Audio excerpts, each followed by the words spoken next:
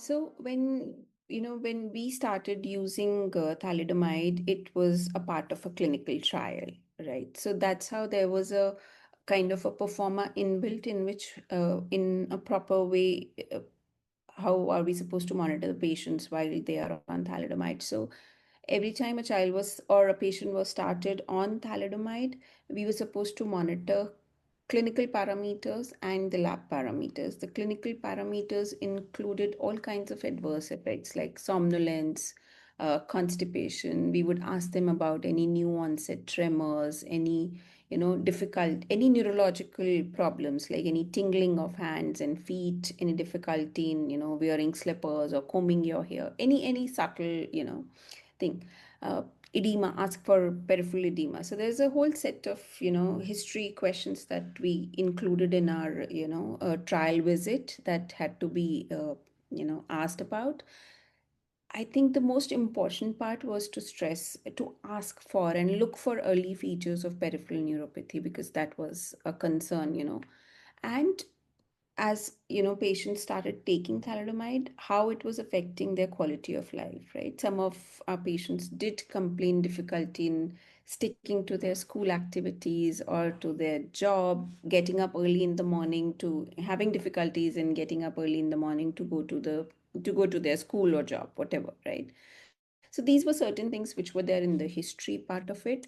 Menstrual irregularities in women, because that, especially those who are sexually active, then that creates a lot of confusion. We ended up doing a urinary pregnancy test every now and then, because thalidomide drug per se caused menstrual irregularities, and then every time a period was delayed, we had to get a urine pregnancy test, right? So this was a history part of it. Lab examination wise, a complete CBC with a peripheral blood film done at every visit to look for neutropenia and thrombocytopenia, which was discovered in about 10 to 15% of patients. Nothing, I mean, none of our patients required any transfusion, but we had to stop the drug in few patients because of severe neutropenia, which could have predisposed them to, different a febrile neutropenic episode or sepsis. So that is something that we need to be careful about. And also, the patients and parents have to be informed that, in case the child develops fever, then it's important to get a CBC done immediately and get in touch with the treating team, because you never know whether that episode is a simple fever or is it a febrile neutropenia. Apart from that, we looked at liver and renal function tests. Something that we noticed was, because the transfusion requirement was going down, most patients developed a slight unconjugated hyperbilirubinemia while they were on thalidomide, but that was not concerning as such, and transaminitis was not a major issue. We just found, out of about 180 patients, we stopped the drug because of transaminitis in just one patient, and it didn't really affect administration of chelators as well, because most of our chelators can also cause transaminitis, so that was not really an issue. Then creatinine, as one patient during the trial, we had to stop the drug because of an AKI which developed in association with a dengue fever. So these are certain things that we would do.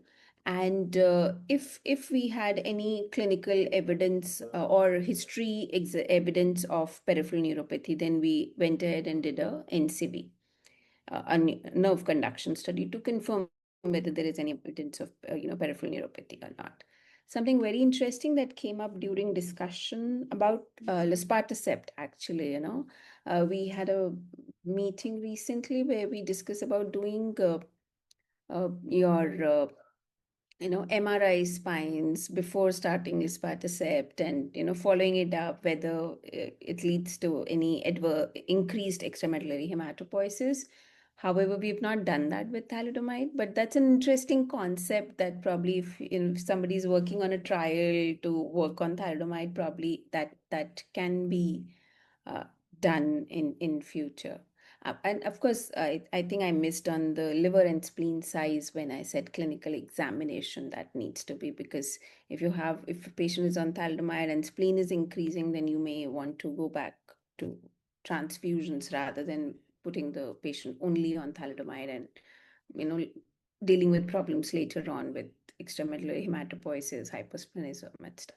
One major, adverse effects that has been uh, stated with thalidomide is hypercoagulable state and thromboembolic phenomena. Thankfully, in our cohort of about 180 patients who were followed up for almost 1.5, 2 years, there was no episode of thromboembolism. But we need to screen the patients. If you feel your patient has thromboembolism, risk of thromboembolism, or has undergone splenectomy, has a high platelet count, then it is worth considering adding aspirin to the therapy along with thalidomide. And a lot of studies that we mentioned earlier have actually put aspirin prophylaxis whenever patients were started on thalidomide. So that as that prophy, depending on your patient's profile and risk of thromboembolism, that's something to be looked into.